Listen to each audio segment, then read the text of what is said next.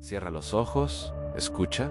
¿Qué oyes? El viento, quizás un grillo, pero si te encuentras junto a las vastas y oscuras aguas andinas, si estás de pie bajo la luna helada que se refleja sobre el lago Titicaca, lo que escucharás no es la naturaleza. Se trata de un lamento, un grito que no es de dolor, sino de una agonía eterna, una pena que no se extingue con el tiempo, sino que se enfría y se profundiza. Como las mismas cimas del lago, este no es el llanto de una madre, es el eco ancestral de la tragedia. La leyenda que se arrastra desde los picos nevados hasta el espejo sagrado de Titicaca. La historia de su Llorona, y esta noche viajaremos hasta ese borde frío y neblinoso para escucharla. El lago Titicaca no solo se trata de agua, es el ombligo del mundo andino. A más de 3.800 metros sobre el nivel del mar, es el lago navegable más alto del planeta para las culturas quechua y aymara. No es solo geografía, se trata de un ser vivo, el lugar de nacimiento del sol, Inti, y, según algunas tradiciones, el lugar de donde emergieron los mismísimos fundadores del imperio inca. Es un sitio de poder telúrico, de silencio absoluto, donde el aire es tan fino que parece cortar la respiración. En estas orillas, donde la piedra es eterna y el frío penetra hasta los huesos, el mito adquiere una resonancia distinta, más profunda, más antigua. Aquí la Llorona no es solo una mujer condenada por un pecado pasional o una infidelidad. En el Titicaca, su historia se mezcla con la bruma de las sirenas de agua dulce, con los espíritus de la montaña, y con un terror mucho más primordial, el miedo al abandono cósmico. Dicen que las almas que mueren en estas aguas no encuentran descanso fácil, son absorbidas por la inmensidad azul negra, por el frío que inmoviliza el espíritu.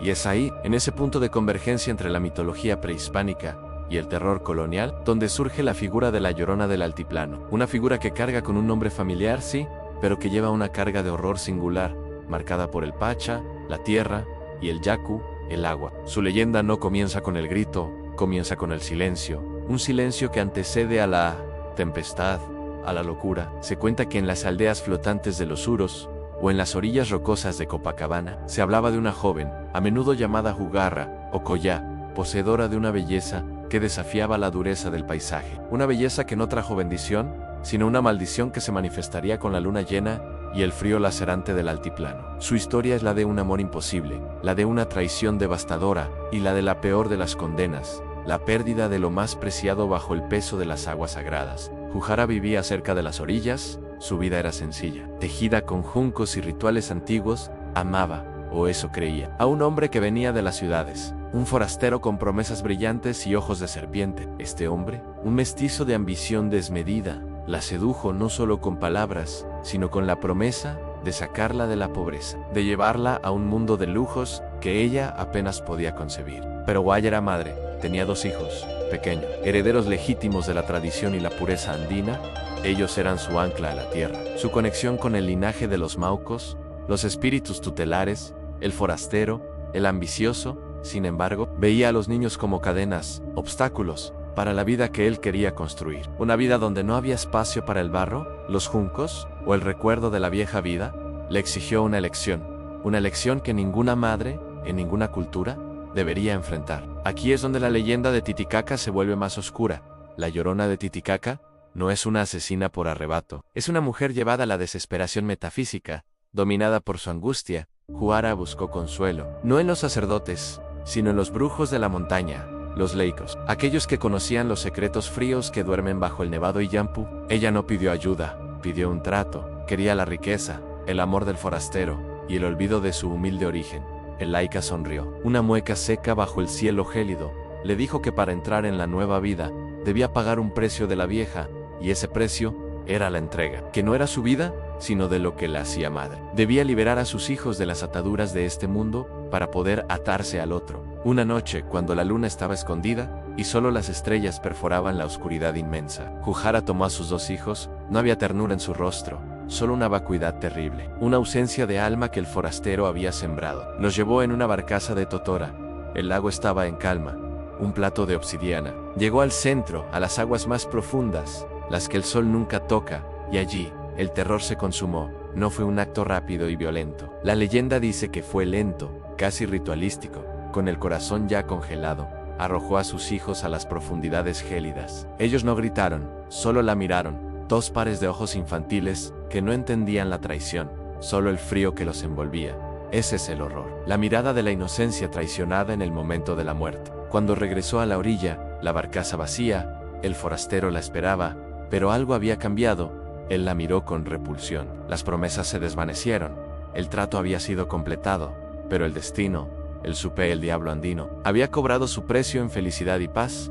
El forastero huyó, dejándola sola, con el silencio del crimen y el frío que emanaba del lago. Dicen que fue el frío del Titicaca, que es más que temperatura, es un estado del alma. El frío comenzó a escalar desde las aguas hasta su cuerpo. Jujara sintió el peso de lo que había hecho, no como una culpa moral, sino como un espanto físico.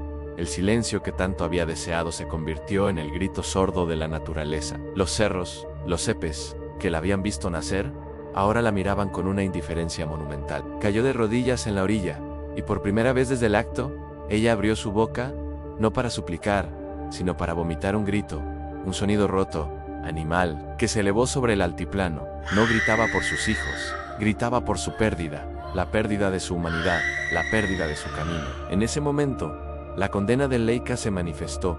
El espíritu de los niños, atrapados en las aguas heladas y oscuras, no pudieron subir al Hanak, Pacha, el mundo superior, se quedaron, fríos y solos, en las profundidades del lago, y la madre fue obligada a quedarse con ellos, para siempre, en espíritu. Jujara dejó de existir en la orilla, congelada, dicen unos, llevada por la locura, dicen otros, pero su espíritu, fue encadenado al Titicaca. Su penitencia es buscar a sus hijos, no para rescatarlos, sino para unirse a ellos en la desesperación. Desde entonces, cuando la neblina se arrastra sobre el lago, cuando la luna es un ojo pálido sobre el agua oscura, se escucha el lamento. No es un gemido suave, es un ululato estridente, desgarrador, que parece venir de debajo de la superficie del agua. Es un sonido que paraliza. Los pescadores que lo han oído dicen que no se parece a nada humano. Es el sonido del hielo al romperse bajo una presión inmensa, mezclado con la desesperación de un alma que ha perdido la razón de su existencia. Y no viene solo. El lamento de la llorona de Titicaca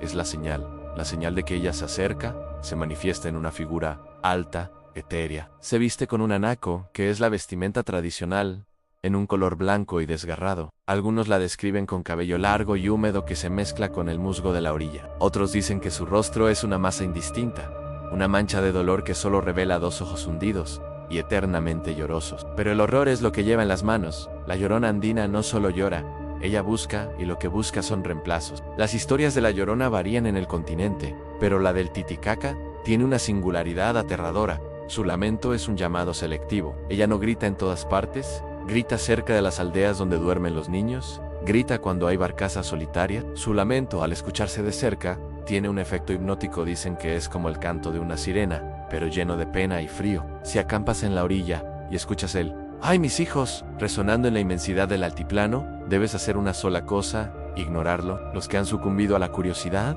los que han salido de sus chozas o tiendas para ver de dónde viene el grito, no vuelven a ser los mismos. Uno de los relatos más conocidos, repetido por los ancianos de la isla de Amantaní, habla de un joven pastor llamado César. César estaba cuidando su rebaño en la noche más oscura del año. La neblina era espesa. De repente, la escuchó. El sonido no era fuerte, sino cercano, como si viniera de justo detrás de él. Guaguitas, mis pequeños. César sintió que sus entrañas se congelaban, pero la curiosidad, o quizás la compasión, lo forzó a mirar. Vio la silueta, alta, blanca, moviéndose con una antinatural lentitud. En lugar de huir, se quedó paralizado. La figura se acercó, sin dejar de emitir ese llanto penetrante. Cuando estuvo a pocos metros, César vio lo que no debía ver: el rostro borroso de la mujer, y a su lado, la visión de dos sombras pequeñas, empapadas, que lo miraban con ojos vacíos. Los niños espectrales no lloraban, eran silenciosos, solo la madre gemía. Y entonces, la llorona del Titicaca dejó de llorar, extendió una mano helada, no para tocarlo, sino para señalar el lago. En ese momento, César entendió el horror. La llorona no llora por culpa, llora por soledad.